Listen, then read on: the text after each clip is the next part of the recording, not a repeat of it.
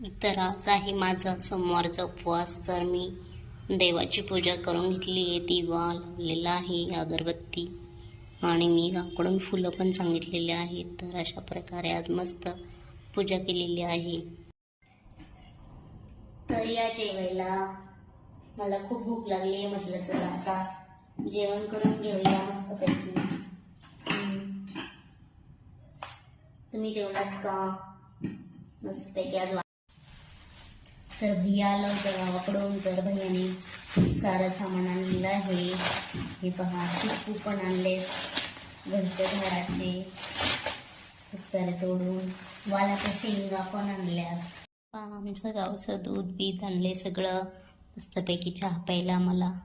तर खूप सारे फ्रुट्स पण आणलेत भैयाने. आता काही नुसतं आम्ही खातोयच.